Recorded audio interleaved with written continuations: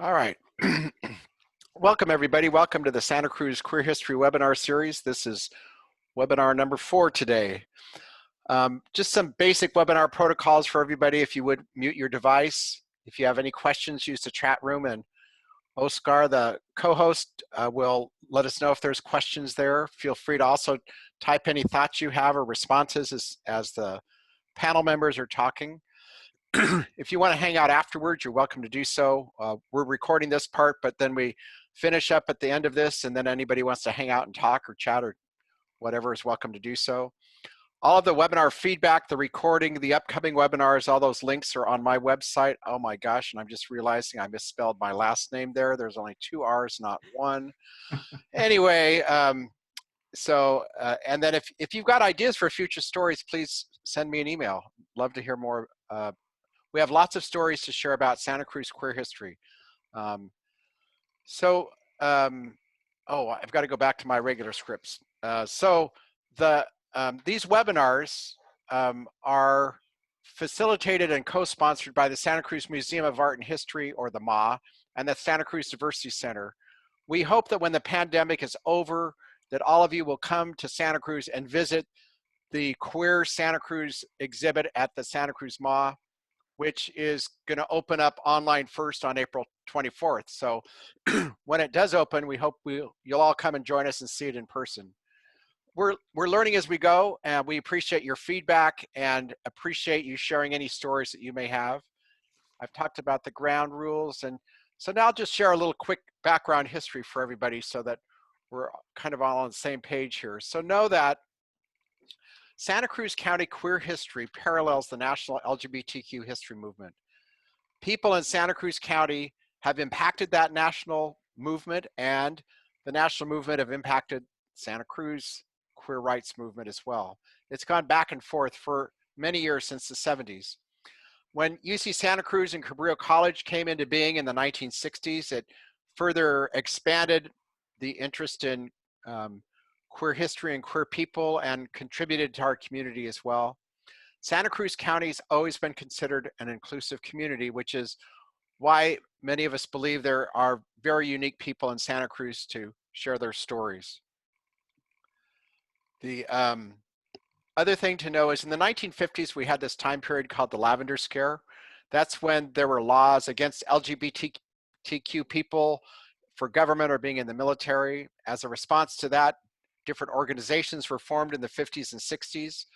The Mattachine Society was pretty much the gay men's organization formed in Los Angeles, and the Daughters of Bilitis was formed in San Francisco, mostly women.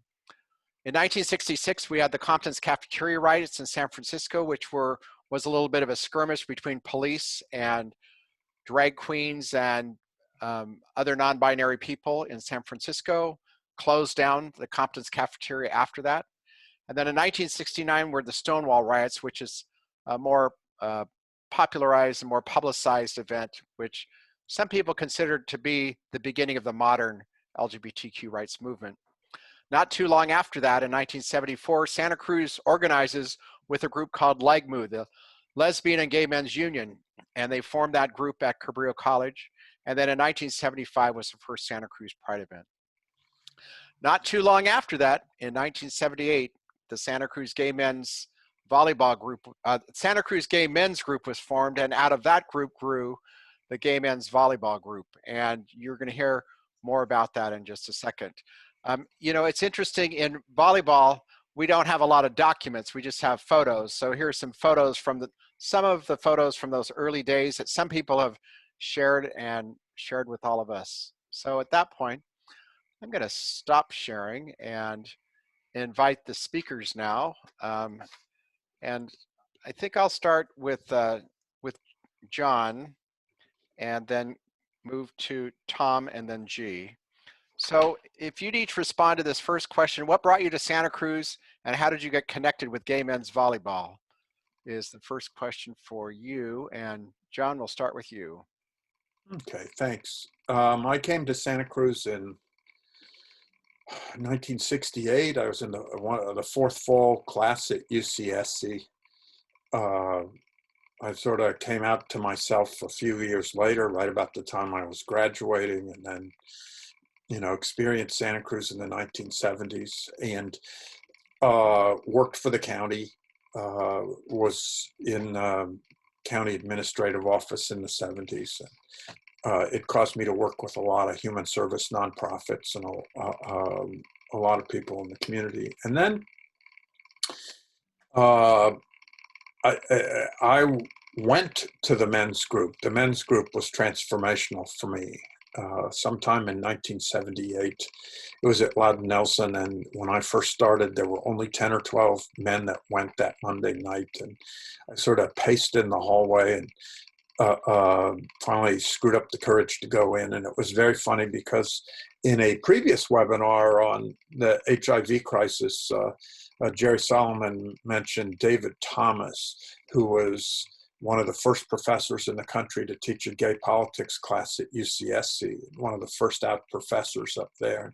When I walked into the men's group, he was the first person I saw, and I nearly had a heart attack because he had been my faculty advisor the entire time I had been at UCSC, and I had no idea he was gay.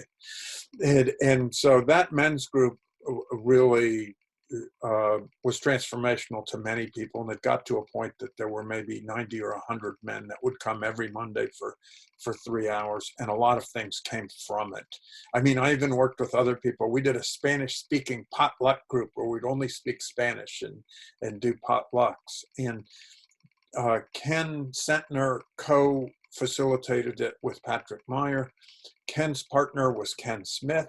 They were the Kens. It's one of the first times I ever knew that you could have a partner of the same name, not knowing that for 25 years I would be one half of the Johns off in the future. And so as part of this, Ken Sentner's partner, Ken Smith, and I, however we got it, decided that we should start a volleyball group every weekly, and we put out a flyer and we invited the first people, and that's how gay men's volleyball started. And I'll be ready to talk with everybody else as this goes on.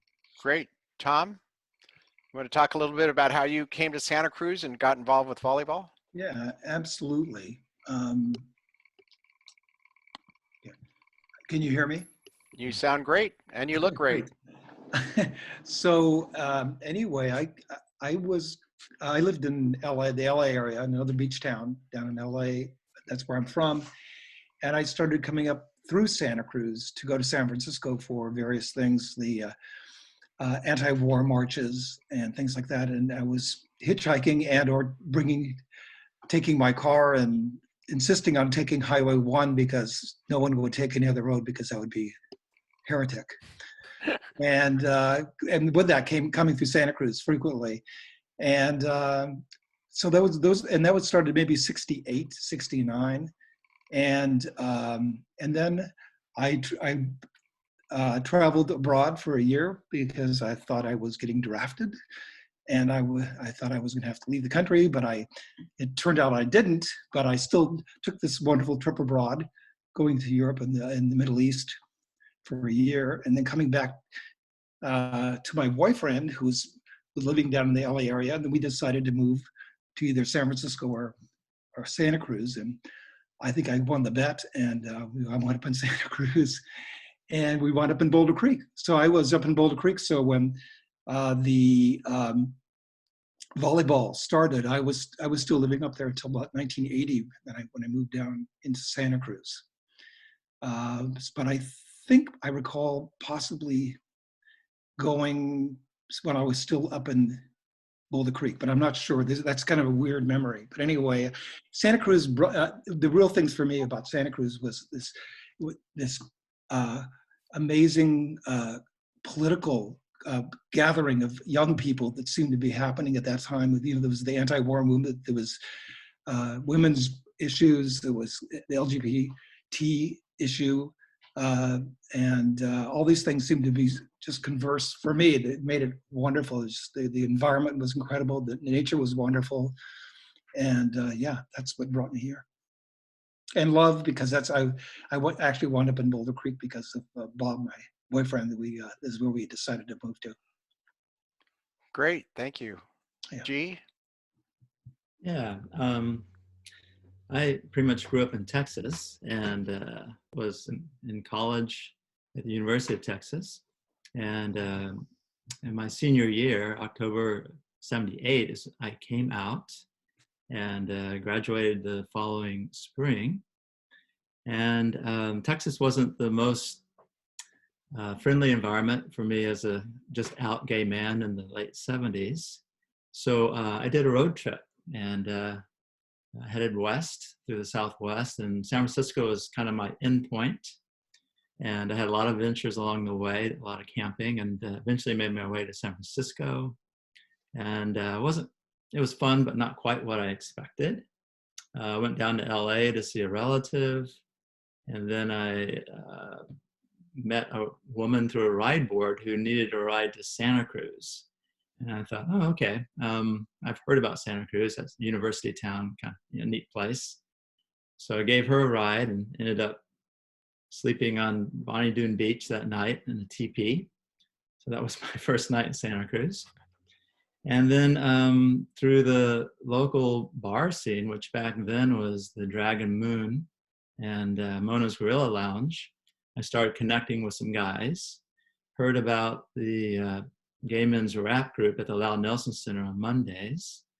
I went to that, and this is in 79, August of 79, and walked through the door, and my memory is there were like 90 men in this room. I was just blown away. And it was beautiful. It was well run. Patrick and Ken were running that, and got to meet a lot of guys.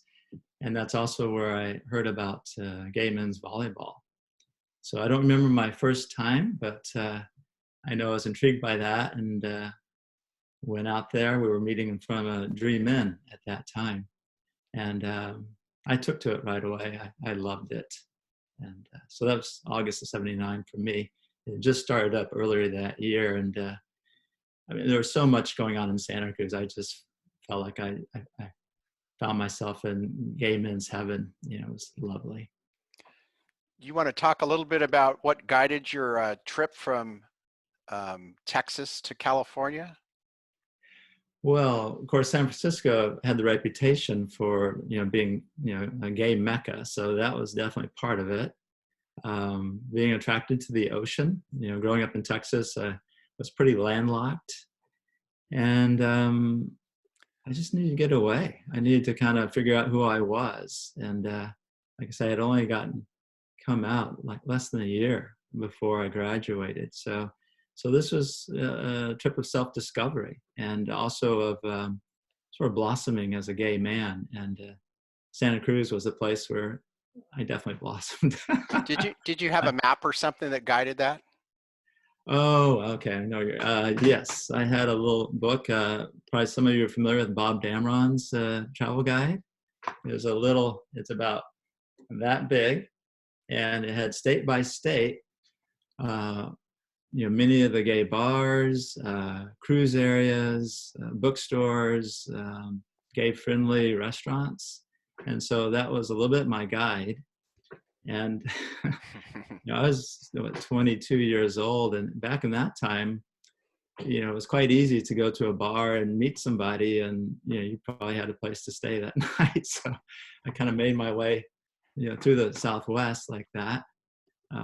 Unfortunately, well, how do I want to say this? I didn't find anything for Las Vegas, Nevada, and in New Mexico, and I just, I was young and naive. I thought there was nothing in those two states. Later, I realized that my little guidebook was missing the section with the end states. So New Mexico and Nevada, were not on my list. So, but they were still beautiful and worth a visit. Yeah. Thanks, G. John, you started to talk a little bit about the beginning of gay men's volleyball, but can you share a little bit about how that conversation began and where it was and maybe how it was decided to get started? And, were there any rules that you set or any of that stuff at the very beginning?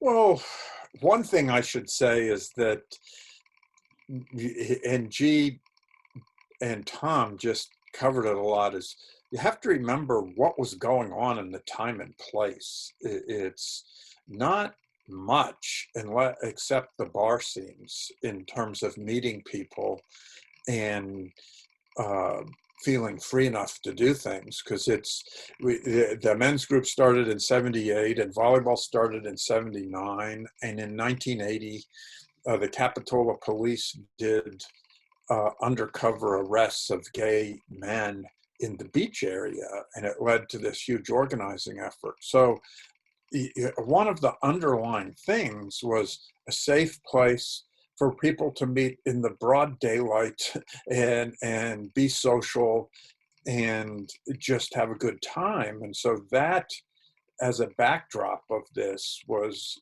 a real motivator. I think G just sort of covered what it was like to go. We all looked forward to it, and it was a matter of time before everybody agreed to go out to dinner afterwards. And so people would play volleyball and then agree to go out to dinner. And at first, I don't know what the rules were. It always seemed like jungle ball to me. And there was this tension over the time, because it was only about 5 or 6 or 7 years ago when I was in the governor's cabinet and had to stay in Sacramento during the week. That was the first year I missed volleyball. I probably was there at least once or regularly for the first 30-something years. And so there was always this tension between people that were skilled and people that viewed it as a social thing and might be proficient at it being jungle ball. And so there'd be this tension of some people going over and trying to play a more high-skilled game at one of the nets, while the rest of us would, do whatever we did, and because it was more important to be social. And there were always some people that came that would just sit at the side. They wouldn't even play. It was such a social thing that they just wanted to be there. And I think that it just developed a critical mass from the beginning. And it got to the point, and I don't know whether it was the first year, the second year, the third year, that it was just understood. It was going to be Wednesday night after work until sunset, from the Wednesday after time change to the Wednesday before time change. And there were a couple of years where the city got strict and you actually had to sign up for the nets rather than just show up. But it was just a great social thing, and you had to count on somebody bringing a volleyball. I noticed in the pictures there was a flag. Enrique would bring flags, whether it was the gay flag, and the Mexican flag showed up periodically, and there would be different flags, and it would just be an ongoing festival around volleyball. Who, at the very beginning, it was you, and who else had the conversation? And then was it like the next week you just went out and started playing, or how did that happen? Well, this is 40 years ago. My recollection is that it was really, had the idea. Ken and I did some kind of flyer. We announced it in the men's group. We had a flyer for outside. I don't know if it went up in the bars or we passed it out in places, but we actually, and it's driving Rob crazy to hear that, because he's convinced I'm going to produce the flyer, and I will. One of my tasks of being sheltered in place is to go through about 60 boxes that exist, and I'm working my way through. I know there's some pictures in there from the beginning too somewhere, so I will find them. Maybe I'll find the flyer, but that's how we started. And then after a while, it was word of mouth and critical mass. There might have been posters up in the bar that just said every Wednesday or whatever day it was, come, but it was word of mouth. And the men's group, as G said, by the time it got up to 90 or 100 men a week, there was a certain announcement period there, and all you had to do was do that, and you just reached out. And one other thing, to play off of G and the Damron Guide, for a period of time, it listed the restroom at San Lorenzo Park as a cruising place. And so lo and behold, we're about 2 years into volleyball, and what happens? I get elected to the city council, and I'm the mayor. And Jerry Solomon and I organized the Capitola action against the city for arresting people undercover in the beach. And when I went on the city council, I let the police chief know that we had done that. We were really sensitive to that. I would be damned if I'd be on the city council and that would happen in Santa Cruz while I was on the city council.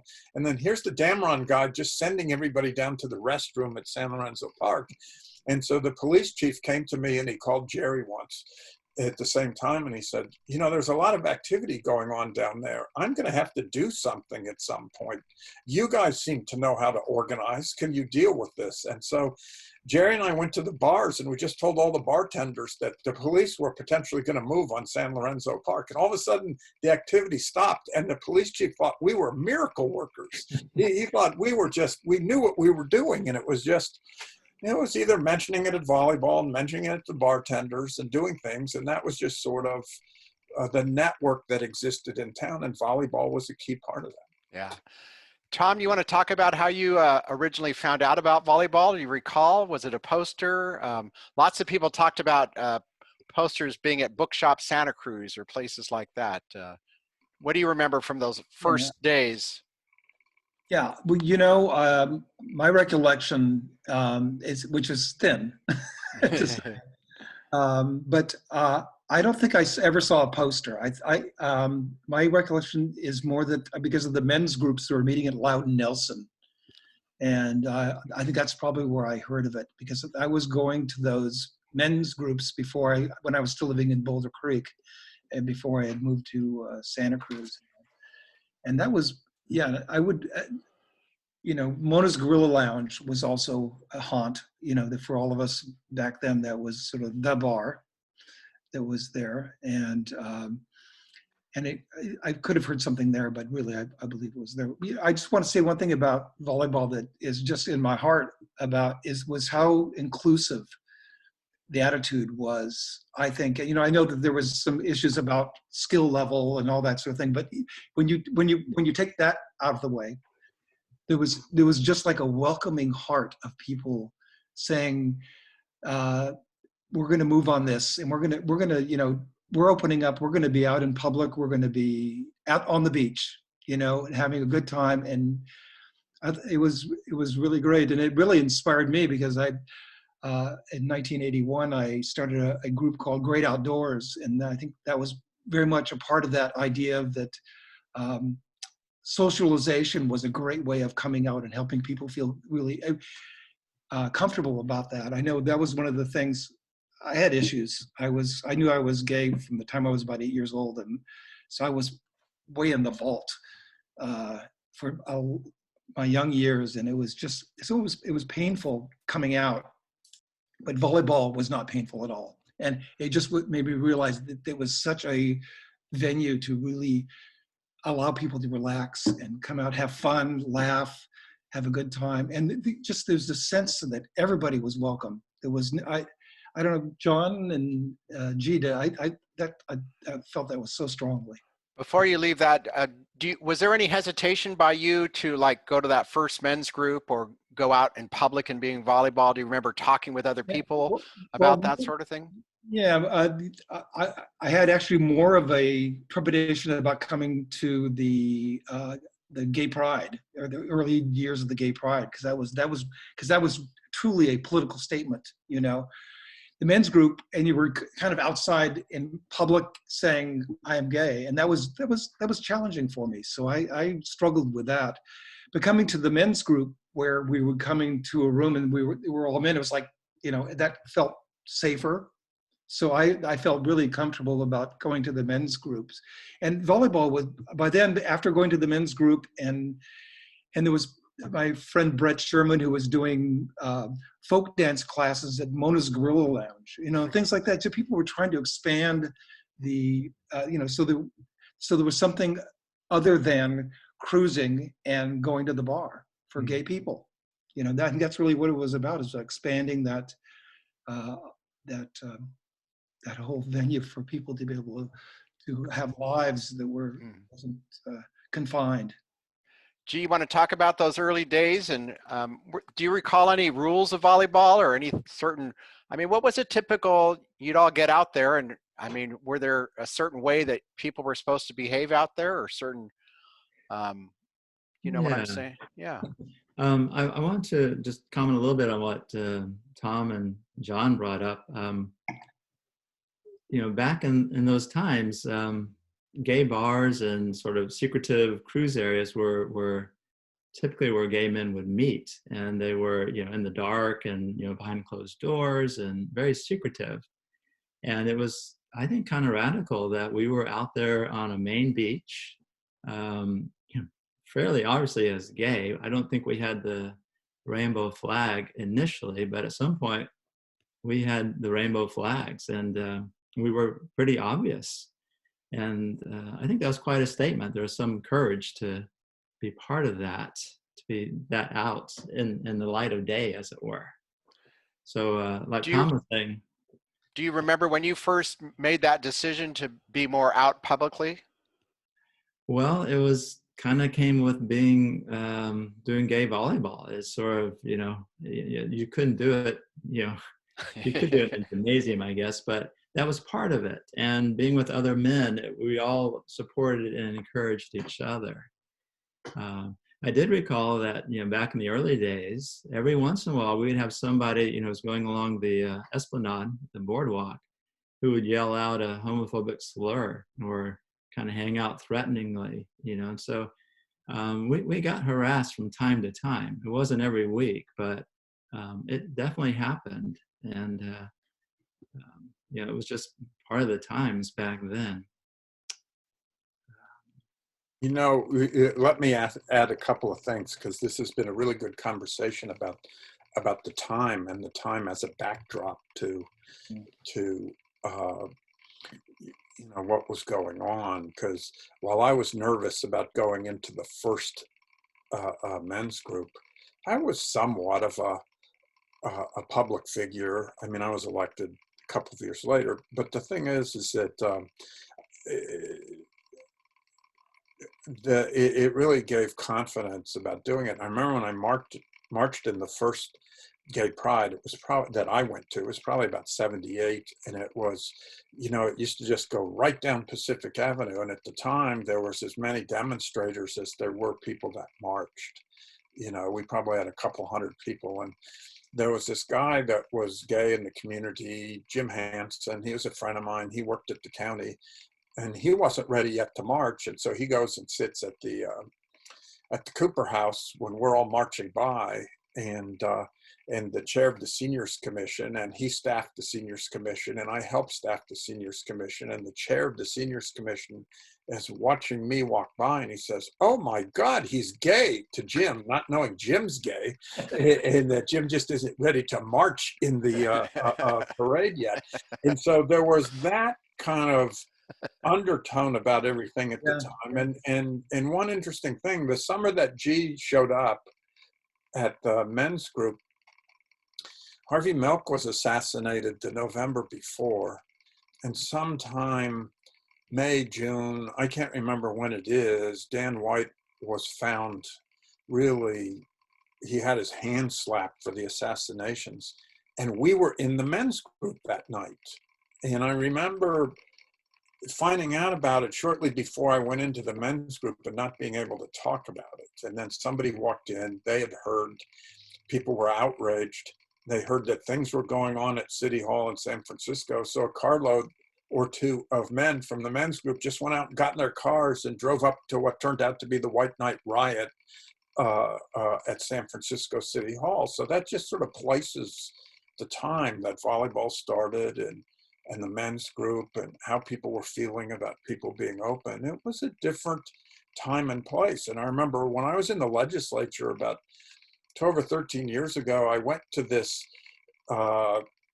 they have the Gay Straight Student Alliance things at the different schools, and I went to one of them, and this kid stands up and starts talking about how she came out in the 6th grade, and it was all I could do to keep from blurting out, "You came out in the 6th grade?" It was a different time and place when we were doing this with volleyball. Yeah. One of the things I'd like to add about, I think one of the beauties of the volleyball scene, well, going back to the gay men's group, I still have a picture of that door at Loud Nelson. I think it had a little window in it, but for me, it was an act of courage to go through that door because, you know, it was commitment and I didn't know really what I was going into. It turned out great, but it was, it took a little resolve to go through that door. The beauty of the volleyball is, I mean, you could just kind of be walking by and sort of glance over it, kind of checking it out, or you could stop at the guardrail and kind of look like, oh, what's going on? Oh, they're playing volleyball.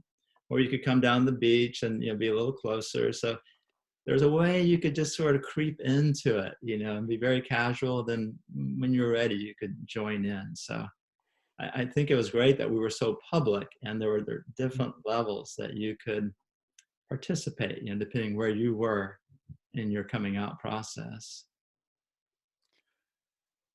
Tom, you got other memories of those early years? I really love that point that G made, and I hadn't thought of it in that way. But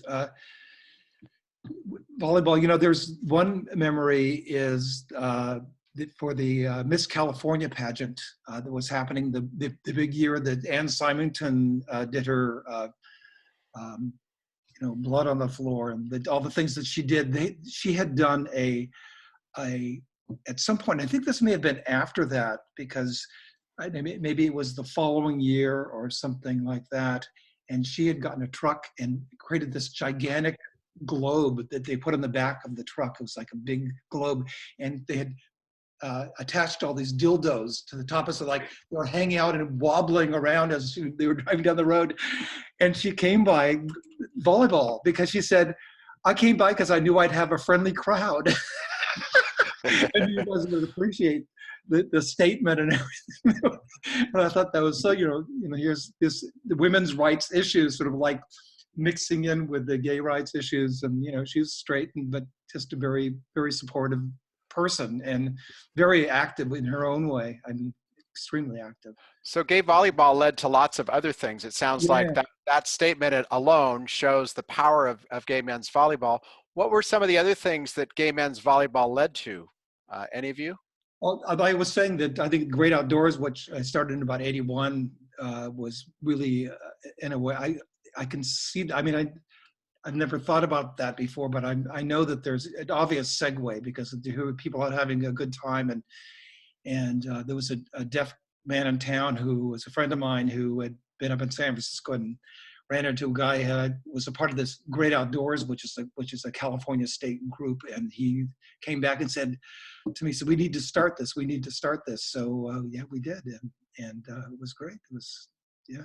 So it was, and I'm sure that this was, there was so much going on back then between the men's group and, like I say, people turning the bars into other things than just bars, but just where activities were happening, like at Mona's Gorilla Lounge, that weren't necessarily bar related. There was really a strong movement that was very politically oriented about wanting to make a statement. You know, that was, I think, as important as Pride was in many ways. It was just, and I love the tiered level of it. So it just wasn't one thing. The people were doing things on social, cultural, artistic, you know, political levels. It was just multi-tiered. And I think I have to say he teed it up by saying the political level. It's because I personally always thought that a career in public policy and government was mine. And right after the start of the men's group, there was the assassination of Harvey Milk and Moscone, and I went off to Central and South America for about 6 months, and I sort of thought, have to choose between being open and the career that I think I would be best fit for. And you know, I'm off in the Andes and in the wilderness, and I finally sort of come to the conclusion that if I don't be out and pursue what I think I'm best at, I'm allowing bad people to make a decision for the wrong reasons about what I would be good at a career. So right there, you know, 2 years into volleyball, I run for the city council. And one of my most pleasurable memories is Tom doing envelope stamping in the headquarters, sitting across from Eloise Pickard Smith, Paige Smith's wife, and it's like this total mix of people. But the gay community really viewed itself as powerful, viewed itself as part of the coalition, sort of came out politically. They were really involved in that election and subsequent elections, and this was a part of it, you know, because there were incredible bonds made in this and friendships that were out of the light of day. And you asked what started, and I suspect you'll find somebody that met somebody that they went into a relationship with at volleyball. I'm sure there were plenty of them. God knows if they lasted longer than Wednesday night. But it's like, you know, they're probably, because there were tons of friendships that came from that, relationships. I have to say that my hairstylist, who I had for 35 years, I met at volleyball.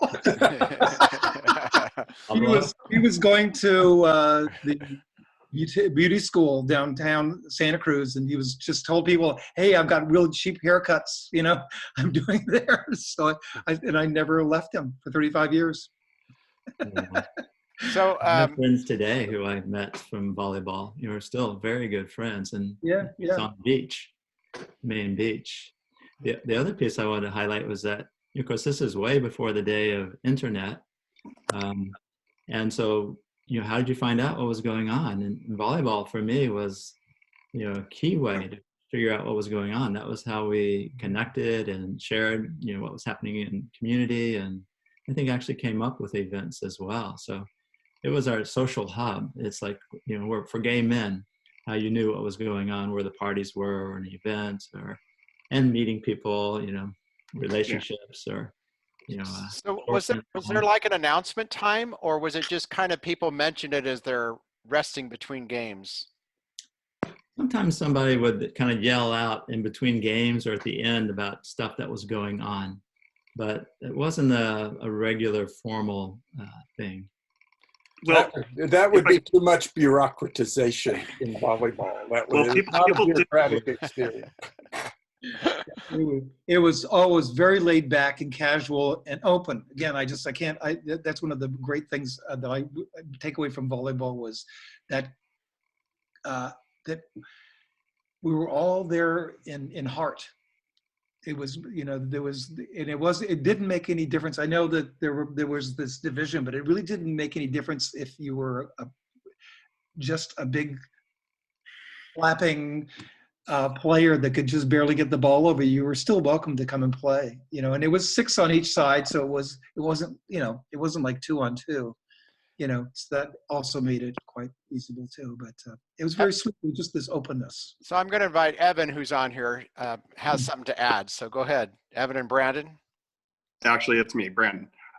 So just when G was talking about how it was kind of our social hub, it reminded me that a lot of things, like a gay evening in May and pin curls and other events, would be advertised through volleyball, and that people would sometimes come out with flyers for drag shows at the bar and stuff like that. But also, since the relationship thing came up, I met 3 out of 6 boyfriends at volleyball, and one of them is this guy over here. We've been together for 10 years. So some of them do last a little bit longer than Wednesday night. Thank you for being the face of the reality of that.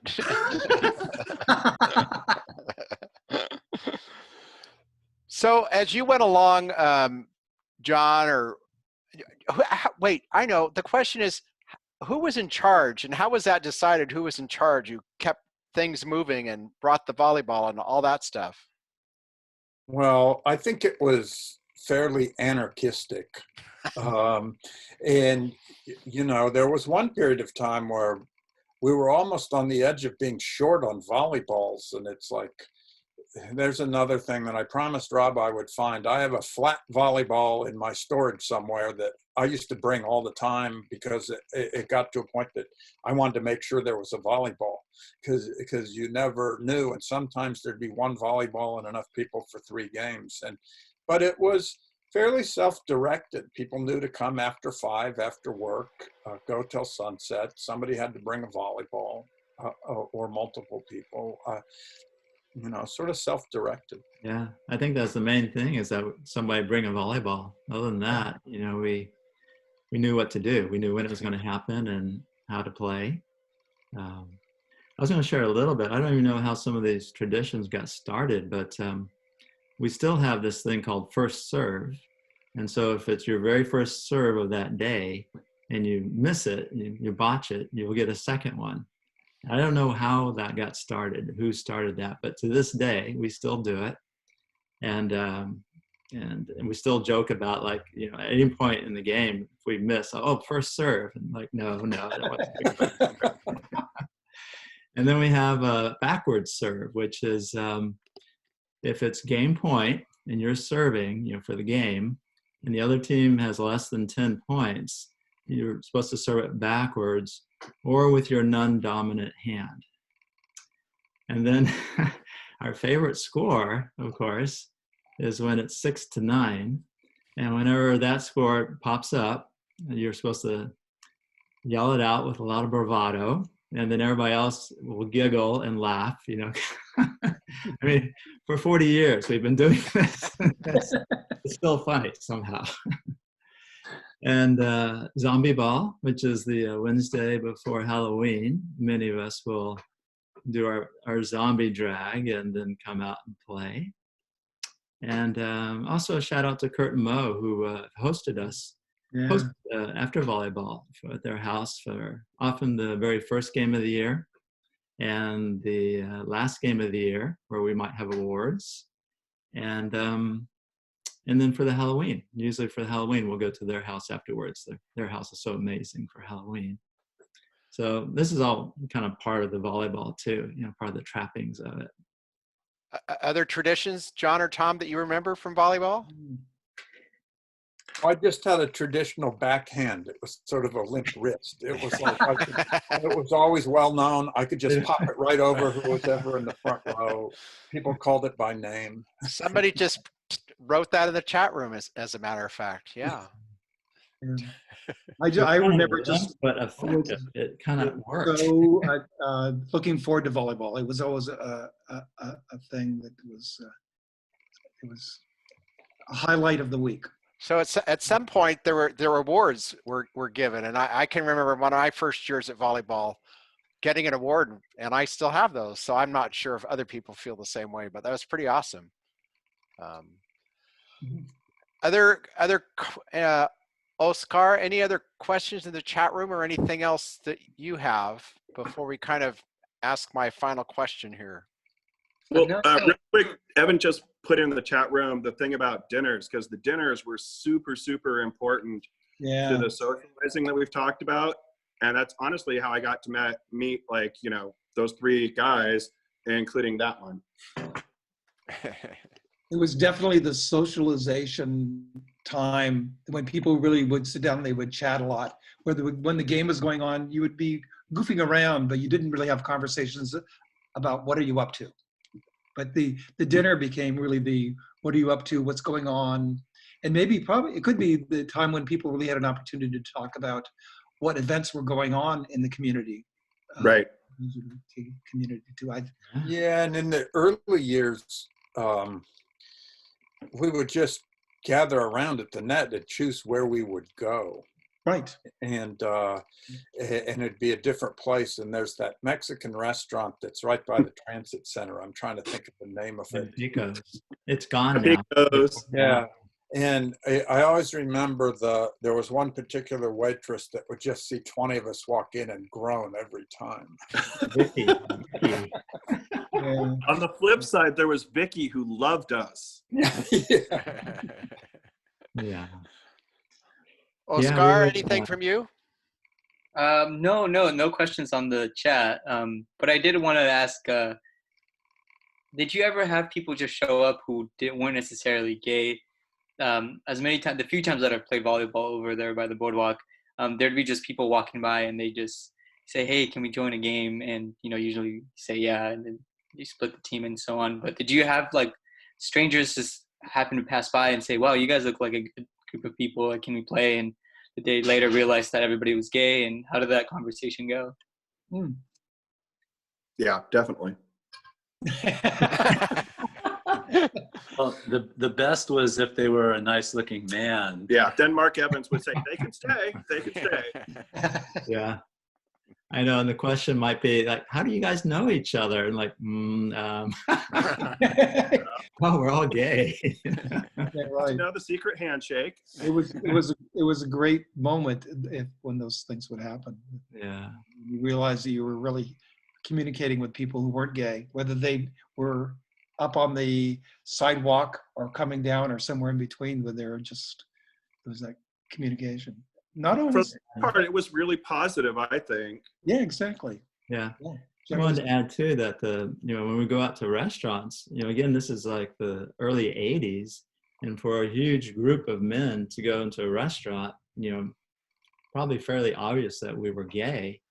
That was something, to be in another public setting indoors, but as a gay group, and we would frequent some of these places, and so we started, I don't know if I call it making inroads, but we become friendly and welcome at these different establishments, and there was a coming out, and people in town ran restaurants and waited on us, got to know gay people maybe. And I think the group was very, very civil too, so we're good ambassadors in a way.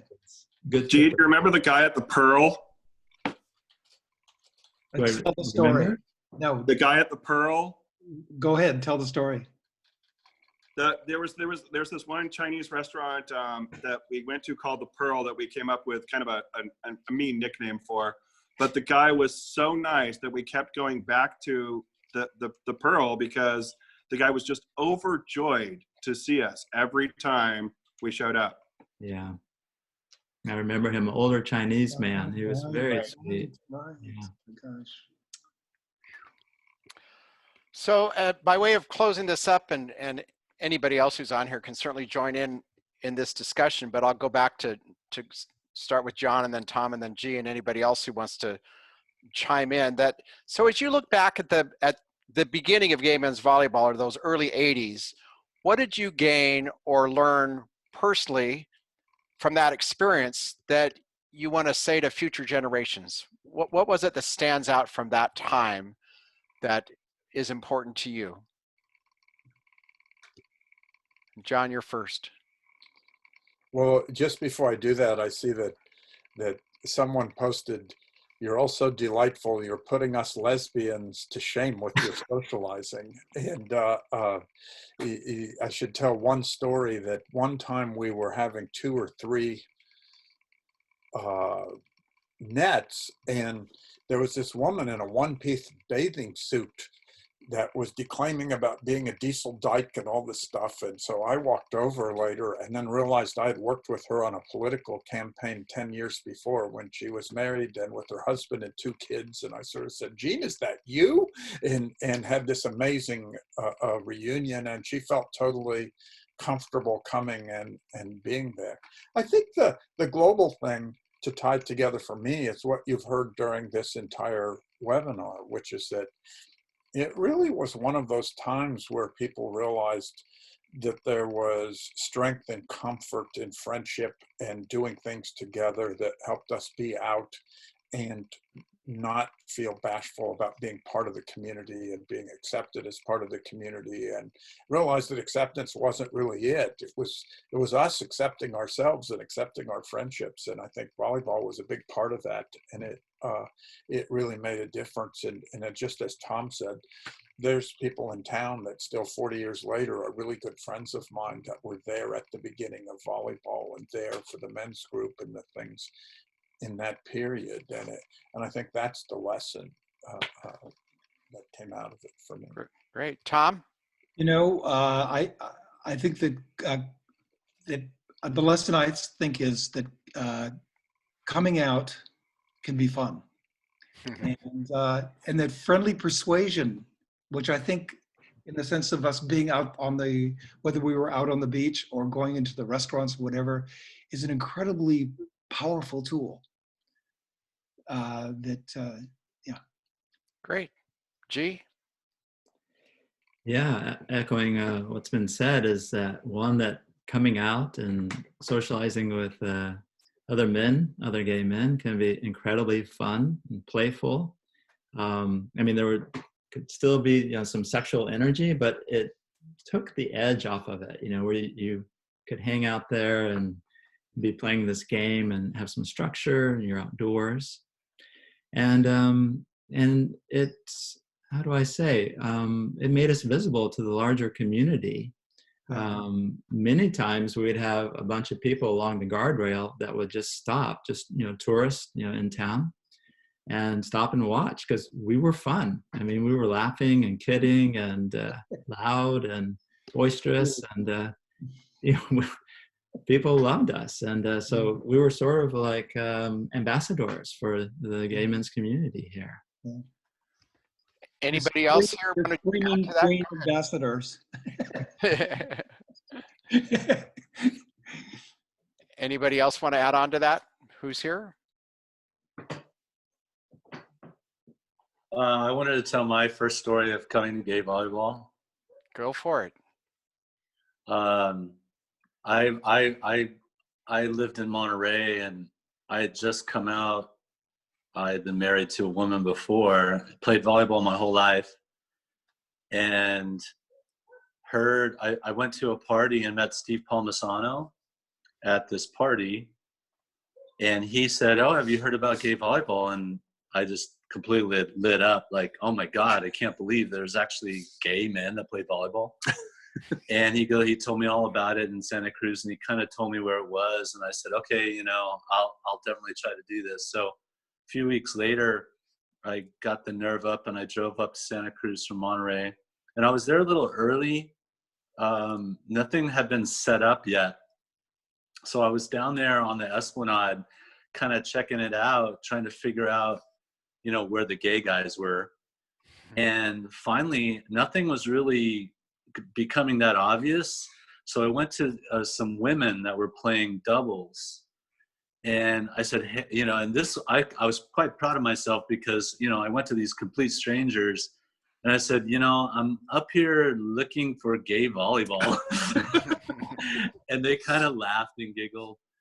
And I said, but I don't see anywhere it could be. And they go, "Oh, it's that last court at the end, closest to the Coconut Grove. They have a lot of fun." So I wandered down to that end of the beach, and eventually people started showing up, and then it was obvious what was going on. But it was so fun that the rest of the people on the beach knew all about it, even though you guys may not know that they knew that. I didn't have any trouble finding them. Easy. I actually started in the early 90s, and it was, I also went to the men's night out, which I think had moved from Loudon Nelson at that time, and I loved it. It was like it was a perfect fit for me. Great. Well, I want to thank everybody for being. Oh, that's not showing what I wanted to share.